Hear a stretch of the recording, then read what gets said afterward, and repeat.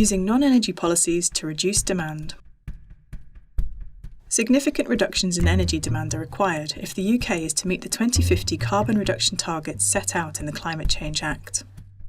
To date, most energy policy focuses on decarbonising energy supply or promoting more efficient technologies. What's missing is a more fundamental plan for reducing energy demand at a societal scale. It might seem like the policies that matter for energy demand are those that focus on energy, such as improving the efficiency of appliances or buildings or regulating supply networks. But many kinds of policies affect the things that people do, at home, in work and in moving around, that all make up energy demand. This is well understood by transport researchers, who recognise that the demand for travel is a derived demand. By this, they mean that the need to travel depends on what people do, activities like getting to work or school, or going for a day trip to the seaside. The same applies to all other forms of energy demand. It is derived from what people do. So the policies that matter for travel and energy demand are those that affect the organisation of daily life. This includes policies on economics, trade, health, education, welfare and employment, to name just a few. There are many routes through which non-energy policies influence energy demand. For example, although most universities are committed to energy demand reduction, they also have to compete for students. And if universities believe that students want libraries to be open 24/7, that is what they will provide, despite the energy costs involved. In this way, higher education policy directly affects energy demand.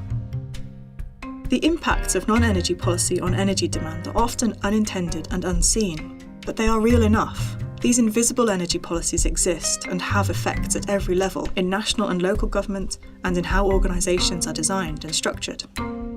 Since energy demand is shaped by non-energy policies, there is scope for taking advantage of this. There are opportunities for non-energy policymakers to influence the extent and the timing of demand. For example, many non-energy policies matter for opening hours, school times, leisure time and patterns of work. They help create these social rhythms, but they are not immovable. They can be changed. A critical step in this direction is to recognise that people's needs are not already there waiting to be met. In fact, governments and businesses have a hand in making and sustaining such needs by supporting, investing in, and regulating infrastructures, technologies, and practices that together shape future demand. Conventional energy policies that focus on increasing the energy efficiency of appliances and buildings also shape demand. Whilst they may help reduce some consumption, in the longer run, such strategies perpetuate ideas about normal standards of living, and that could make the problem even worse. Rather than reproducing current expectations and needs, infrastructures and appliances can be designed to enable lower carbon practices, new meanings of comfort, new diets, and new ways of organising education, healthcare and employment. This isn't about being interventionist, but it is about understanding that the future is not the present. It is not fixed, and current policies are already shaping how it unfolds. Nor is the future made by individuals choosing to reduce consumption one by one. Energy demand and energy demand reduction is nothing more and also nothing less than a consequence of how societies are organised and how they change.